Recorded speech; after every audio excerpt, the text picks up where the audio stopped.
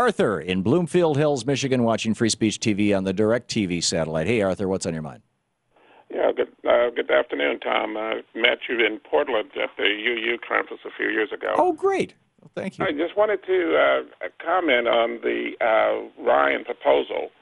Having lived in Tennessee, Indiana, and Michigan, I am of the opinion that what basically Ryan is proposing is the Southern strategy of demanding block grants, using our numbers to say, yeah, we've got all these poor people, and then putting up barriers so that money can be diverted to various other places. Right, right. It's they've already taken much of the middle class's money and diverted it to rich people through tax policy and trade policy.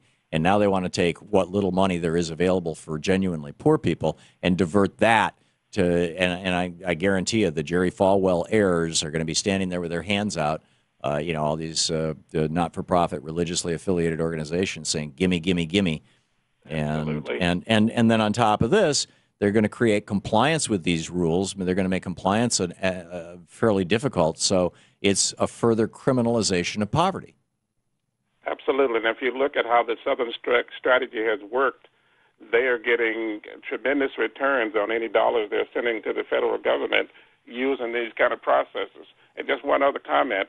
I believe that back in the days when dollars were sent directly to cities, the city of Detroit would not be in the mess that it's in, but the state of Michigan at some point basically stopped sending money to the city. Right.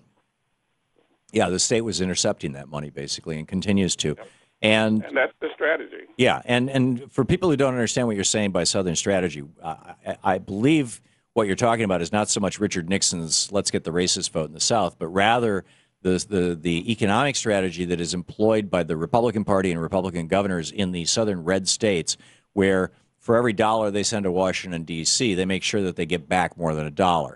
So in some cases, they're getting back $1.20, $1.30 for every dollar that they send to D.C., and the flip side of that is that the blue states, California, New York, Massachusetts, Vermont, the blue states, for every dollar they send to Washington, D.C., they get back 60, 70, 80, 90 cents because... Right, we're subsidizing those... we're subsidizing the Republicans. People. They are, Reagan went off on the welfare queen, right? The biggest welfare queens in America are the Republicans, the red states. And they are doing it on the back of the American middle class. And it's wrong. It's just wrong, and they're doing it as intentional policy. This is how they keep. Go ahead. I was just totally agreeing with you. Yeah, this is how they keep. This is how they keep people kind of dumb and happy. Keep voting Republican. Life is not going to be that terrible. We're going to get $1.20 back for every dollar we send to D.C. and we'll spread it around. Some of it's going to go to our cronies and our buddies, but you're not going to starve. Although you're not going to have health insurance. I think that this Medicaid expansion might be the straw that breaks the camel's back, or it might be the thing that the rainstorm that causes people to look up and go, what's going on?